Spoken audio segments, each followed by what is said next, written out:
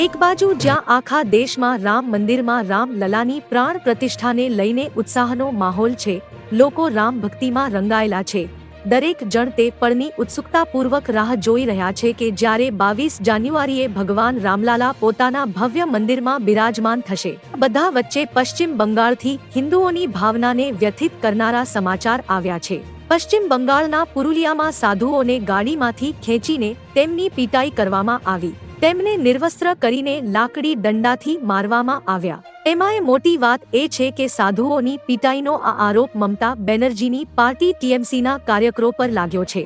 ભાજપના નેતા પશ્ચિમ બંગાળમાં સાધુઓની પીટાઈના આ મામલાને પાલઘર પાર્ટ 2 ગણાવી રહ્યા છે અને મમતા બેનર્જી પર નિશાન સાધી રહ્યા છે।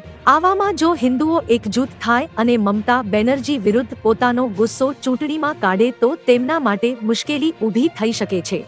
તો મિત્રો, હાલ માટે આટલું। મળીશું નવી અપડેટ સાથે જ। જો તમને અમારા વિડીયો પસંદ આવતા હોય તો વિડીયોને લાઈક કરી દેજો અને ભારત સમય ન્યૂઝ ચેનલને સબસ્ક્રાઇબ કરી બાજુમાં આવેલા બેલ આઇકોનને દબાવી દો, જેથી તમને આવા સમાચારની અપડેટ